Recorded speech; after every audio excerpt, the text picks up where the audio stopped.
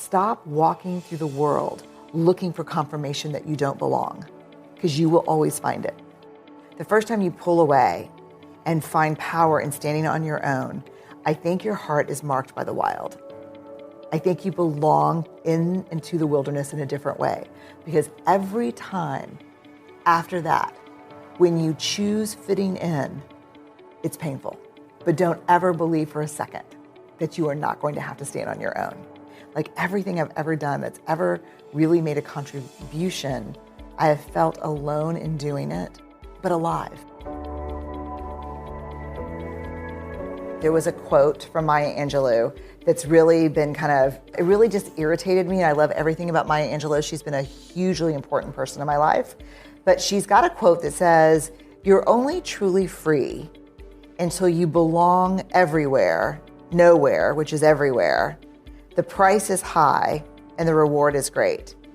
And I thought, what the hell does that mean? You belong everywhere and nowhere. Like, here's the one thing I can tell you for sure that I've known from my research. In the absence of love and belonging, there is always suffering. And I feel like I've really experienced some suffering around belonging in my life. And I thought, what does that mean? You're only free until you belong nowhere and everywhere.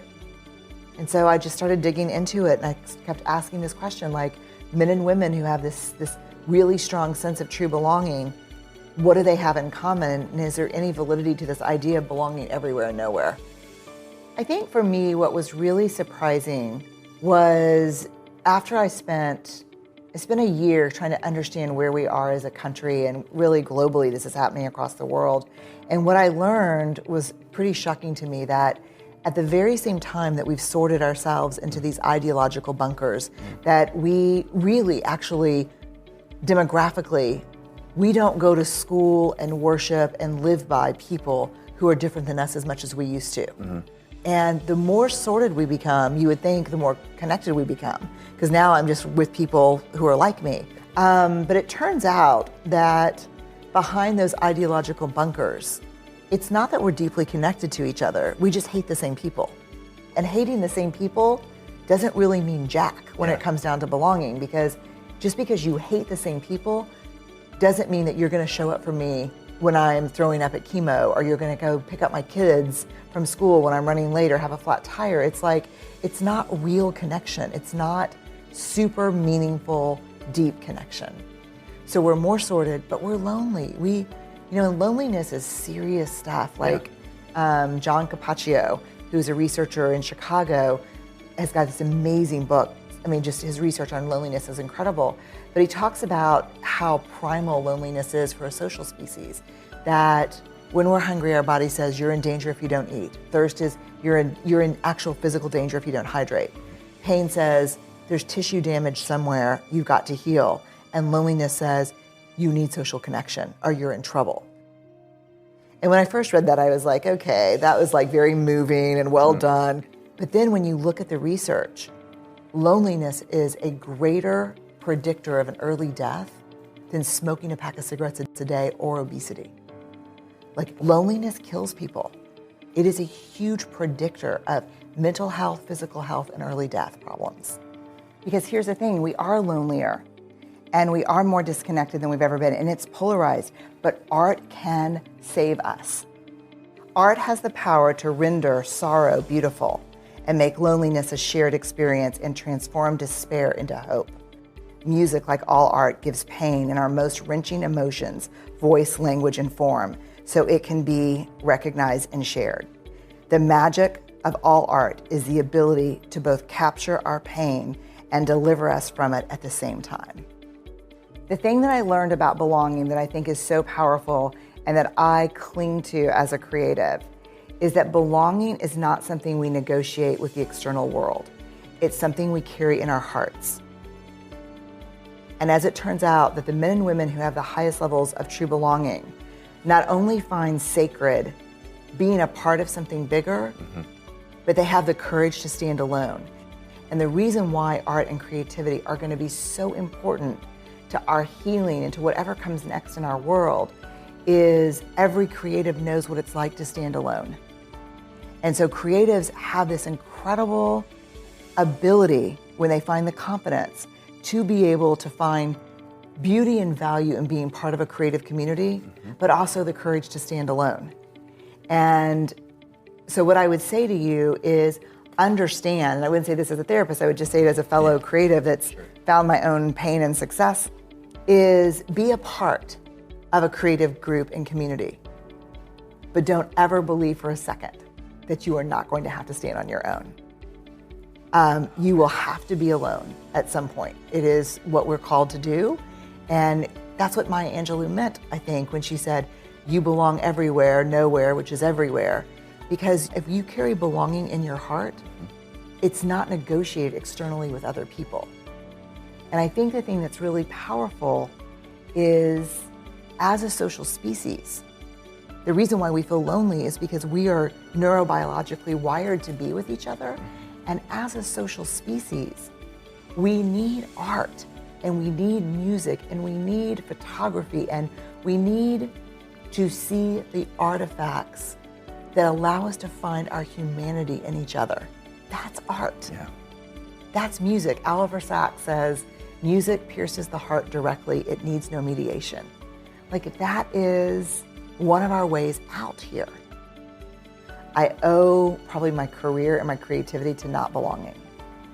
And so because I didn't belong growing up ever, we moved all the time. And we moved it really hard, 4th grade, 6th grade, 8th grade, always the new girl and always different. It forced me to become a pattern finder. So I became someone who could seek and understand patterns in people's behaviors, in people's emotions, and I could predict what they were going to do better than they knew what they were going to do. And so I think my creativity, like a lot of people's creativity, was born of being on the outside. Yeah. Like if you go to my house, you'll see I collect outsider art. Because I never even thought about that till just right this minute, but I like the view from out there. Yeah. I think for me, like with the TED Talk, I've just never done anything that's turned out to be valuable that wasn't just scared shitless to do it. Like everything I've ever done that's ever really made a contribution, I have felt alone in doing it and afraid, but alive. Yeah. Well, I think what I have found is that after the first time, and it only really takes one time, after the first time that you opt to brave the wilderness, you pull away from what a group of people thinks. Maybe it's your creative community, it's your critics. The first time you pull away and find power in standing on your own, I think your heart is marked by the wild. I think you belong into the wilderness in a different way. Because every time after that, when you choose fitting in over belonging to yourself, it's painful. And so to me, the whole idea is not just navigating the wilderness, which I think every poet and theologian and writer over time has used the wilderness as this kind of a lone journey thing.